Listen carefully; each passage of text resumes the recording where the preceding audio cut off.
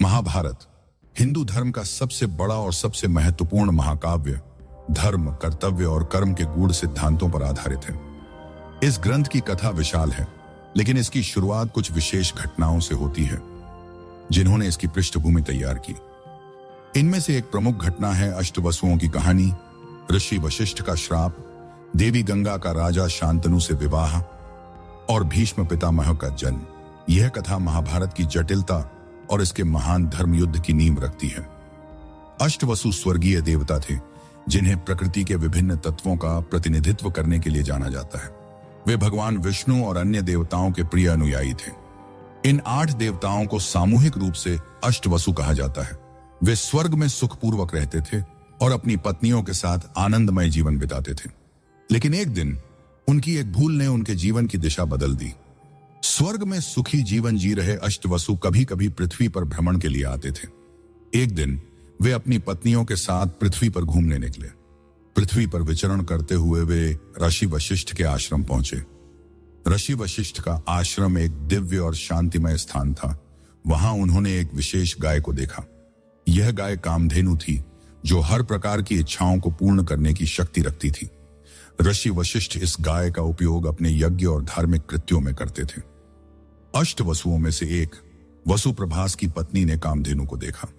वह गाय की दिव्यता और उसकी अद्भुत क्षमताओं से अत्यंत प्रभावित हुई। उसने प्रभास से कहा, मैं इस गाय को अपने पास रखना चाहती हूं। यह लिए बहुत उपयोगी होगी। आप इसे मेरे लिए किसी भी तरह प्राप्त कीजिए। प्रभास अपनी पत्नी की इच्छा को ठुकरा नहीं सके। उन्होंने अन्य वसुओं से बात की और उन्हें कामधेनु गाय चुराने के लिए मना लिया। सभी वसुओं ने मिलकर ऋषि वशिष्ठ की अनुपस्थिति में गाय को चुरा लिया और अपने निवास स्थान की ओर चल दिए।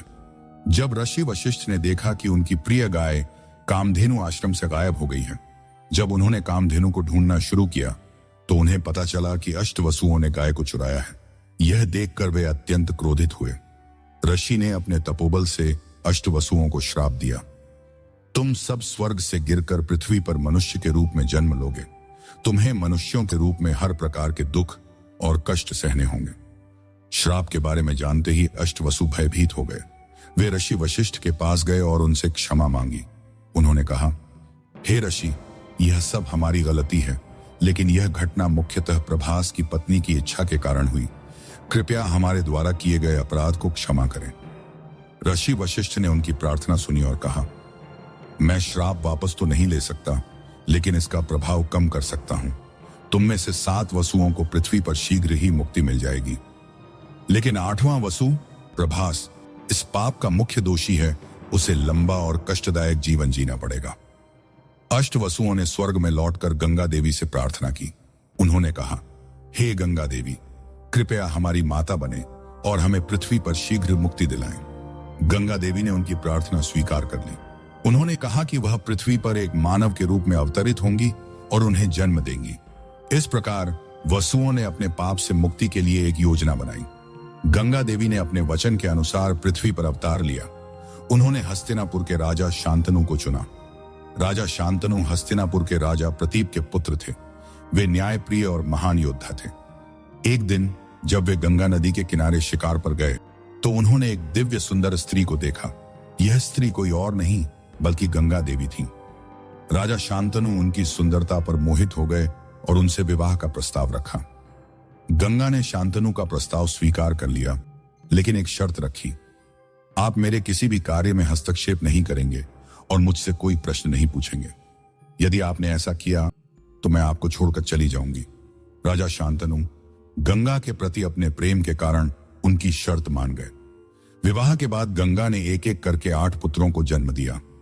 हर बार वह अपने पुत्र को जन्म देते ही गंगा नदी में बहा देती थी। राजा शांतनु यह देखकर स्तब्ध थे, लेकिन उन्होंने गंगा से कोई प्रश्न नहीं किया क्योंकि उन्होंने वचन दिया था। जब 8वें पुत्र का जन्म हुआ और गंगा उसे भी नदी में बहाने लगी तो राजा शांतनु से रहा नहीं गया। उन्होंने गंगा को रोकते हुए कहा, तुम ऐसा क्यों कर रही हो? यह निर्दोष बालक है। गंगा ने शांतनु को सच्चाई बताई। ये 8 बच्चे अष्टवसु हैं जिन्हें ऋषि वशिष्ठ ने पृथ्वी पर जन्म लेने का शाप दिया था।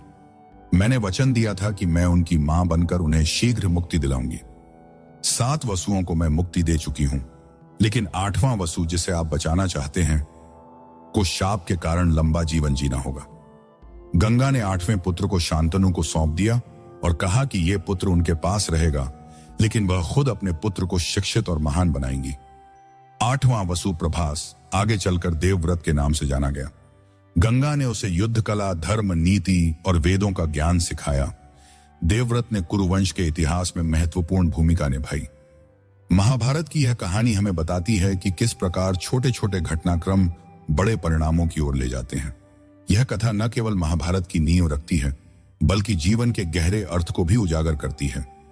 उम्मीद है कहानी में दी गई जानकारी पसंद आई होगी। ऐसे ही और वीडियोस के लिए चैनल को सब्सक्राइब करें। धन्यवाद।